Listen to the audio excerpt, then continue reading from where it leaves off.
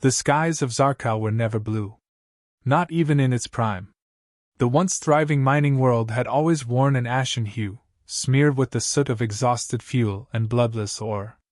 Now fire carved streaks of orange through the dark, each flash from orbit a silent punctuation mark to another outpost erased. Deep beneath the crust, inside a half-collapsed control center, resistance leaders argued in hushed, broken voices. "They're sweeping through sectors faster than our dropships can escape," hissed Julek, a feathered Zinthari diplomat whose plumage had dulled from bright gold to sickly brown. "We can't hold this rock." General Sarah of the Qataris slammed a six-clawed hand on the table. "Then we die on it. Better than feeding our young to Draxan butcher priests." "Enough," wheezed Toleran, the oldest among them, and the last of the Delari sages. "This argument is older than the war. What's left of our people doesn't need a debate. It needs a miracle." The silence that followed wasn't hope. It was surrender disguised as stillness. A blinking terminal on the far wall pulsed once, then again, brighter. No one noticed. Until it chirped. Again. And again. The young alien tech hunched near the wall turned sharply, antennae twitching. "General, you need to see this." Sarah stalked over. "Another automated distress loop." The tech's mandibles clicked. "No. This is outbound." A reply. "From Earth." Every voice stopped. Even the damaged generators seemed to hum quieter. Toleran stepped forward. "Repeat that." "Earth. Terran origin signature. They received our message. Encryption matches their old military spec." Julek scoffed. "Human myths. They never responded. Never participated. Why would they answer now?" The tech didn't blink. "Because they didn't just answer. They're coming." 3 days later, Zarkal's crust broke open again, but not from Draxan orbital strikes. The Resistance's outer scouts caught them first, 7 dark pods splitting the atmosphere, no identifiers, no response signals. They struck the hardened basin like meteorites. No ceremony. Just smoke, impact, and silence. Sarah, armored and weathered, stood at the ridge, scanning the crater below through war-scarred optics. The hatch of the first pod hissed open. What stepped out wasn't impressive in size. It wasn't decorated with insignias or wrapped in alien tech. It wore dull matte black armor, old model Terran spec. Its helmet had no visible visor. Just a blank, soulless mask. More shadows emerged behind the first, fanning out silently with disciplined precision. Ava Rourke stepped forward last. She pulled off her helmet. Sarah blinked. She looked tired. Not weak, not ill, just as if rest had been something she once knew in another life. "I'm Sergeant Ava Rourke. Terran Omega Unit," she said without preamble. Her voice was low-clipped. "You called." "We answered." "Brief us." Sarah took a moment before replying. "We weren't expecting, only 7. Ava gave the slightest tilt of her head. "You needed soldiers. Not a parade." The Qatari commander studied the humans. They didn't shift, didn't fidget. Their weapons weren't holstered.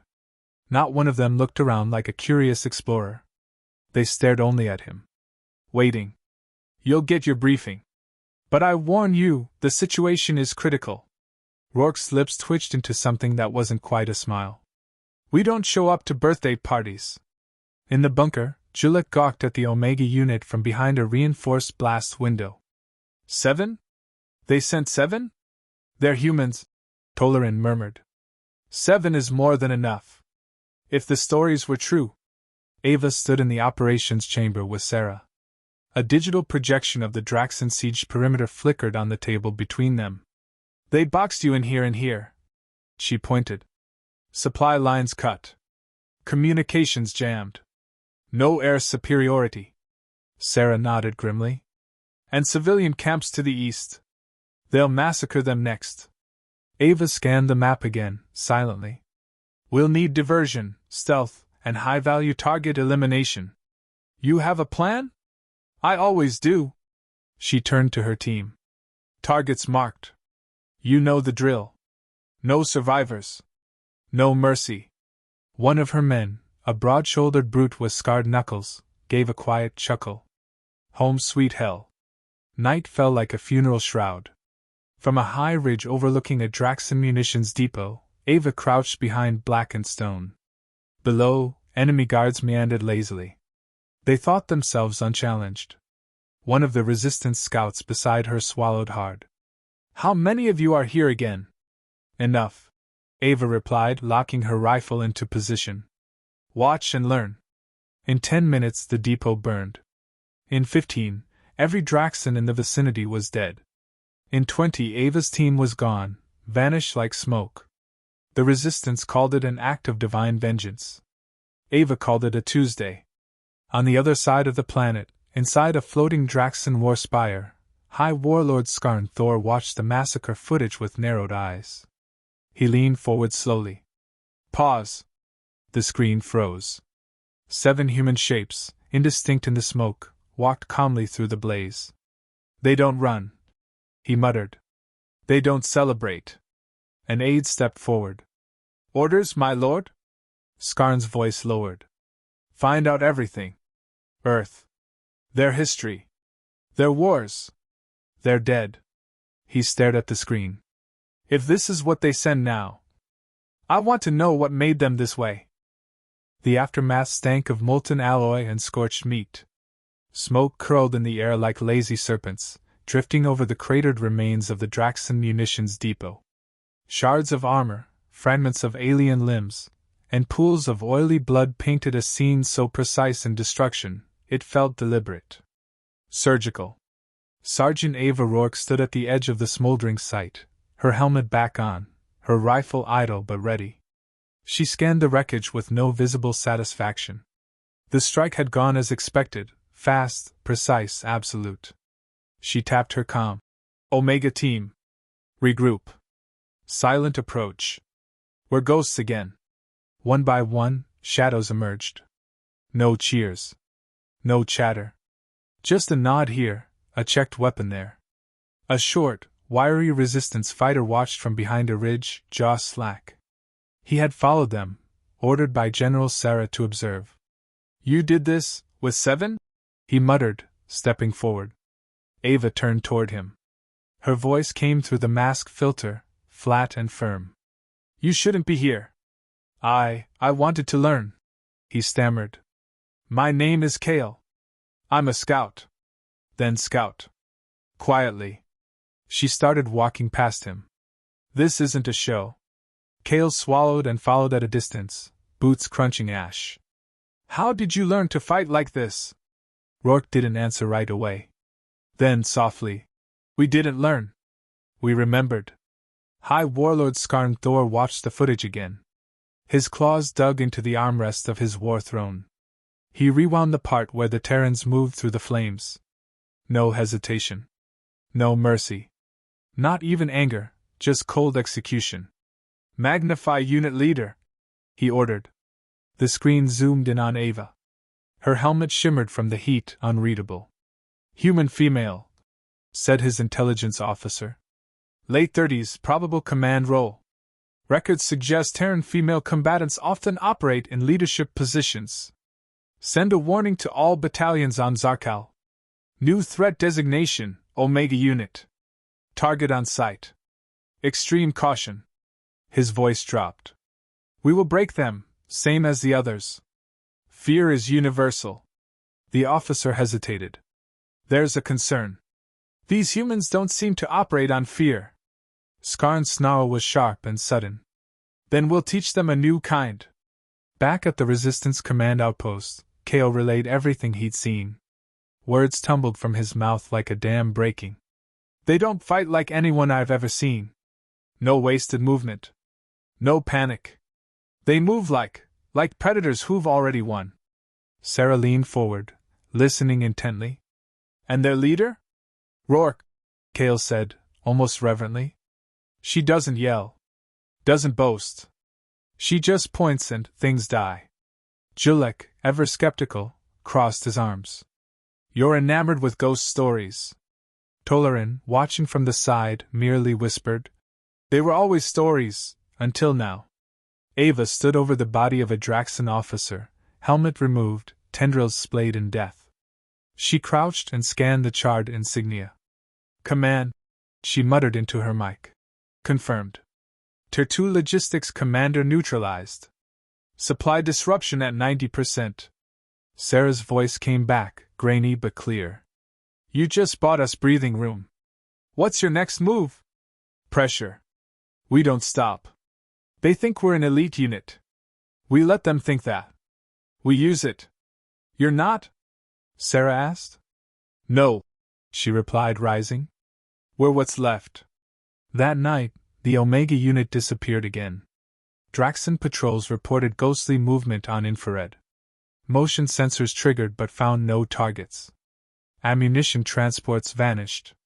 2 forward bases went dark. Their garrisons weren't killed, they vanished entirely. By dawn, a Draxan field commander transmitted a panicked report to High Warlord Skarn. They're inside the perimeter. We hear whispers. Shadows. They leave no bodies. Only silence. Skarn replied only once. Hold position or be replaced. Inside the makeshift mess hall of the Resistance's bunker, Kales sat beside Ava. A rare lull, a short meal, and 2 metal trays between them. He chewed nervously. Do you ever sleep? Ava shrugged. Not if I can help it. Kales studied her face. Why did you come? Earth ignored us for years. She looked up. I had nothing left on Earth. My daughter died in the Istanbul bombardment. Last big war before we cut contact. I'm sorry, Kale murmured. She was 6, Ava said. Her voice held no tremor. I volunteered the next day. Kale didn't know what to say, so he didn't. She finished her food and stood. Eat fast. We hit again before midnight. The next strike came during a planetary storm. Wind and dust howled across the canyon trench where a Draxan convoy made camp. They'd chosen the spot for shelter, natural walls, only one path in. What they didn't know was that humans had a term for that. A kill box. Explosives planted earlier lit the ground beneath them. The walls collapsed. As Draxan scrambled, Ava's unit swept in, targeted bursts, blinding strobes, and ultrasonic frequency disruptors. The Draxans fought back, but too slowly, too loudly. Ava's blade found its mark inside a captain's neck. Blood steamed off her gauntlet as she whispered. No screams. Just ends.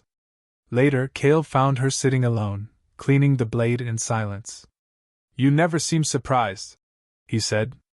I've seen worse, she replied, not looking up. Kale paused. Do you hate them? She looked at him, finally. No. Hate is personal. This is duty. Then why are you so ruthless? Ava stood, sliding the blade back into its sheath. Her eyes, tired and steel blue, met his. Because we don't do mercy missions. We do what works. She walked past him. He watched her go, heart thudding in his chest. For the first time, he understood what the Draxans must feel.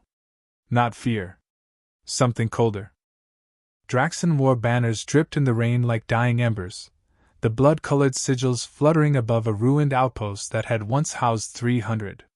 Now, no one knew what remained, only static from the comms and scorched impact trails too precise for orbital fire. High Warlord Skarn Thor stared at the battlefield through the eyes of a scout drone, jaw clenched. They're not engaging conventionally, his war tactician said. They strike, vanish, spread chaos. Skarn cut him off. They're testing us. Learning patterns. And your response has been what? Chase shadows? The tactician hesitated. Their commander, Rourke, she's dismantling our perimeter. Not with firepower. With precision. Skarn stood slowly. We bring them out. We bleed them in daylight. Target the civilians. Let's see if these Terrans still act like heroes. In the civilian compound northeast of the Resistance bunker, families lived underground in rusted mining tunnels, makeshift homes beneath layers of ash. They hadn't seen the sky in weeks, not since the bombardments began. Many didn't want to. That morning, the alarms screamed, Draxan dropships descended like metal vultures. Turrets sputtered and failed. The guards were overrun in minutes. Kale was there, delivering supplies, when the first scream echoed through the compound. He ducked behind a broken loader unit and activated his comm. "Command, come in! Draxan's at Site 9! Repeat, they're here!" The only voice that answered was Ava's. "Hold! Do not engage!" Kale's voice shook. "There are families, children." "I know." The line cut. Then the ground rumbled. Out of the blackened tunnels emerged 6 figures in matte black armor. Omega Unit didn't arrive. They materialized. No dramatic entrance. No rallying cries. They moved through the smoke like reapers, targeting Draxan squads with brutal efficiency. One soldier tackled a trooper through a wall. Another dragged a shrieking Draxan into the shadows. He never came back out. Ava found Kale pressed to the ground near the infirmary. "You alive?" she asked, crouching beside him. I thought you weren't coming." "We never said that." She stood and fired twice, headshots. "Stay down." The skirmish lasted 18 minutes. Every Draxan lay dead or fled. The compound was intact. Mostly. 3 civilians had died. Ava stared at the bodies for a long time. Kale approached carefully. "You saved hundreds." She didn't respond. Instead, she turned to her team. "We let them hit us. Now we hit back harder." That evening, Ava requested an emergency meeting with General Sarah. In the command chamber, she laid out a crude map scratched into a metal plate. They wanted a reaction. We gave them one. Now we make it cost them. Sarah leaned in. "You have a plan?" "Retaliation. But not immediate. Let them think we're wounded. Retreating." Tolarin nodded slowly. "A trap." "Exactly," Ava said. "We feed them patterns. Then break them." She turned to Sarah. "But I'll need your fastest engineer. And every plasma charge you can spare." For 2 days, Omega Unit disappeared again. In their absence, the Draxans pressed forward, confident. Civilian zones were evacuated in secrecy. A false trail of resistance movement was seeded. Kale watched it all with unease. "They think we're losing." "That's the point," Ava said without looking up. She was etching coordinates into her gauntlet. "What happens when they walk into your trap?" "They stop walking out." High Warlord Skarn's main force arrived at Ridge 17 on the 3rd evening. A narrow valley with ruined fortifications on either side, abandoned by resistance forces 2 months prior. His scouts confirmed only scattered signals and a few weak biosignatures. "Begin the march," he ordered.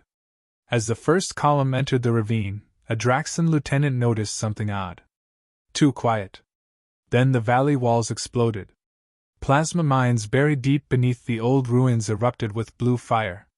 Massive slabs of stone collapsed, blocking exits.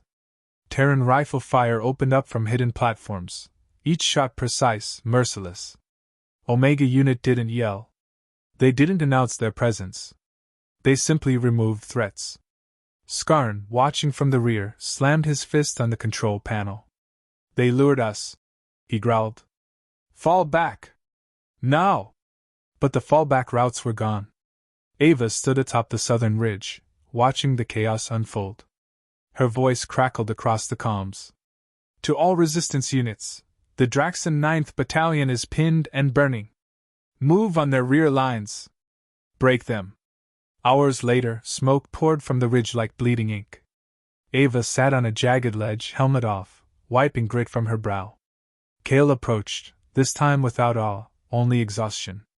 "We've never won like this," he said quietly. "Winning's a side effect," Ava murmured. "Of what?" "Surviving." He sat beside her, nodding slowly. "Do you ever miss home?" She glanced at him. "Sometimes. Then I remember what's left of it." Kale didn't ask more. They sat in silence, watching the fire chew through what once had been unstoppable. In the distance, the resistance flags rose over retaken ground. Skarn had survived. But now he knew something he hadn't before. Humans didn't fight wars to win. They fought them to end them. And sometimes, that meant becoming the ending. Rain pelted the stone trench like drumfire. Acrid winds swept through the pass, scraping over charred ground littered with the twisted remains of armor and shattered banners. Smoke still curled from the collapsed ridge where the Draxon Ninth had been buried. At the southern edge of the canyon, Ava Rourke stood alone, helmet tucked under one arm, watching thunder crawl across the horizon. Behind her, the resistance gathered. Kale, soot-faced and tense, moved among the fighters distributing ammo, relaying commands, repeating one phrase. "Wait for the signal." Ava checked her sidearm, then slung her rifle. Sarah approached quietly. "Scouts confirm movement. Skarn's elite guard. 30 heavy units. Fast. They'll be here before dusk." Ava's expression didn't shift. "Good. You're outnumbered." She met his eyes. "We always are." The ridge narrowed at a choke point just below the mountain spine, a natural funnel, the perfect trap. Omega Unit had chosen it for one reason: no backup, no retreat. Just force on force, grit against scale. They waited under silence, hidden in rock recesses. Ava crouched behind a jagged slab, HUD flickering faint blue, counting movement. The first Draxon emerged. Towering, plated in obsidian armor, wielding dual plasma axes, it moved like a siege engine. Behind it, more poured through, disciplined, deadly, Skarn's finest. Not shock troops. Enforcers. Ava exhaled once. "Engage." The canyon lit up like a detonated star. Terran rounds ripped through the rain. The first 3 Draxons dropped before they registered impact. The rest roared forward. Ava moved low and quick, flanking right. Her squad split apart like clockwork. One ascended the rocks, another dropped smoke, 2 went silent into the rear flank. She aimed carefully and fired 3 shots, 3 kills. A massive Draxon surged toward her position, swinging an axe that cratered the stone wall. She ducked under the blow, shoved her blade into the joint beneath its chin, and twisted. It collapsed without sound. Kale watched from above, rifle trembling. The battle below was brutal, fast. Human tactics weren't elegant, they were feral, efficient. Strike, break, vanish. He spotted Ava in the center of it all, moving with calculated fury. He nearly missed the Draxon sniper taking aim at her from a perch across the gorge. Kale fired once. The sniper dropped. Ava didn't even look up. At the edge of the gorge, High Warlord Skarn stood with 2 guards, watching the slaughter unfold. His jaw twitched. "They fight like predators." "No, Warlord," his aide whispered. "Predators hunt for hunger. These, they kill with memory." Skarn growled. "Deploy the hell flares. Burn this gorge to ash." From the rear, streaks of fire tore overhead, Draxon incendiaries meant to clear the field. Ava spotted the trajectory seconds before impact. She yelled into comms. "Cover! Phase Delta! Move!" Flames roared across the gorge, devouring everything in their path. Metal shrieked, stone cracked. But Omega Unit had vanished again, split into deep crawl holes and fallback alcoves they'd carved days prior. Ava rolled into cover, coughing smoke, visor cracked. She ripped it off, eyes watering. Her comm crackled. 2 down. 4 active. She bit down her grief and stood. "Regroup. Execute hammer maneuver." Omega Unit reemerged from opposite ends of the gorge like a vice. The Draxons, winded, disoriented, were funneled inward. Terran charges blew behind them, boxing them in. Ava leapt from a ledge, landing hard atop a stunned warrior. She fired into its chest twice, then turned and knifed another charging beast in the leg, bringing it down with a shot to the throat. By the time the smoke cleared, only silence remained. Bodies everywhere. Blood soaked the dirt in shades alien and human alike. Kale climbed down slowly, breathing hard, scanning the field. Ava sat on a rock, head bowed, blade resting across her knees. "You all right?" he asked. "Still here," she muttered. "That was a message," she said, looking up. "Let Skarn know." Every time he pushes, we push back harder. Skarn stood inside his warcraft, seething. His finest unit, gone. His health flare strike, ineffective. And now resistance chatter flooded every open channel with two words: human retaliation. He turned to his command staff. They don't break. They escalate. One of his generals whispered. Perhaps the humans aren't part of the resistance. Perhaps the resistance is now part of them. Back in the gorge, Sarah examined the ruins. This pass was a massacre. Ava nodded. It was a reminder. To who? To everyone watching, she said. That we're not the victims anymore. Kale stood beside her. And what happens next? Ava stared toward the distant peaks. Her voice was low. Now we hunt. The trial was held in what used to be a Draxan control hall, dark, angular, brutal in its symmetry. Now, lights from half a dozen species cut across the room, illuminating the warlord bound to the center platform. High Warlord Skarn Thor didn't kneel. Even shackled, even scarred, he stood tall. Pride lingered in his one unbroken eye. The chamber fell quiet as Ava Rourke stepped inside. She wore no armor. Just a dark field jacket, stained and scorched. Her sidearm was holstered untouched. She walked without haste. Without expression. Skarn's lip curled. So.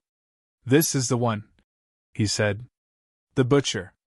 Ava met his gaze, stopping a few paces away. You burned refugee camps. You launched hell flares on civilians. I just returned the favor. His teeth bared. You lack honor. We were never here for honor, she said coldly. We came because you underestimated the one species that doesn't flinch. Silence hung heavy. Around them, resistance leaders from half a dozen worlds observed. No one spoke. Skarn leaned forward. They will fear you now.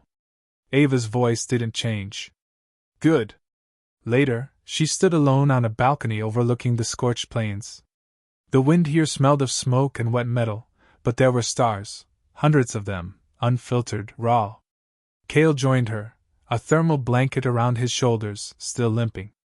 They've sentenced him, he said. War crimes. Execution.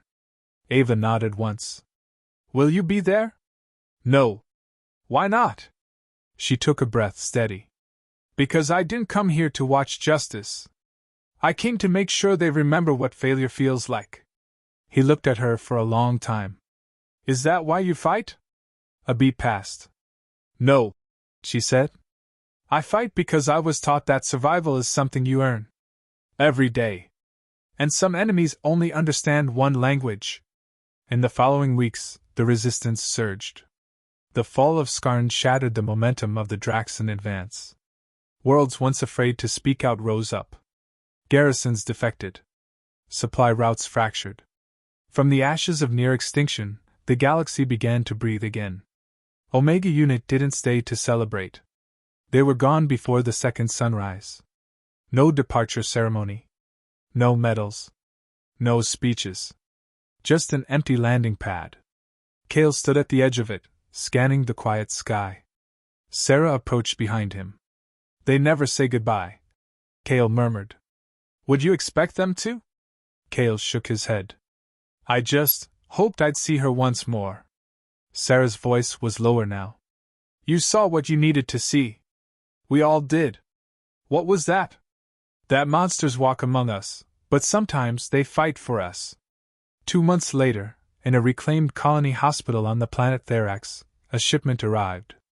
Inside, 3 crates of advanced trauma gear, encrypted resistance field manuals, and a day to drive. Kale, now acting field commander, accessed the drive.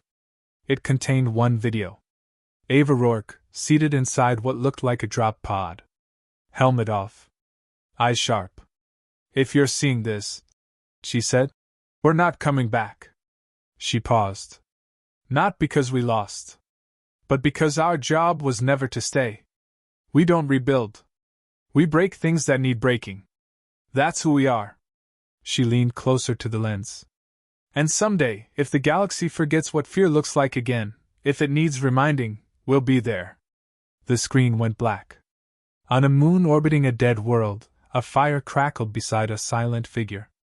Ava sat cross-legged, staring into the flame. Her armor rested beside her, dented and burnt. The stars reflected off her eyes, distant, cold, bright.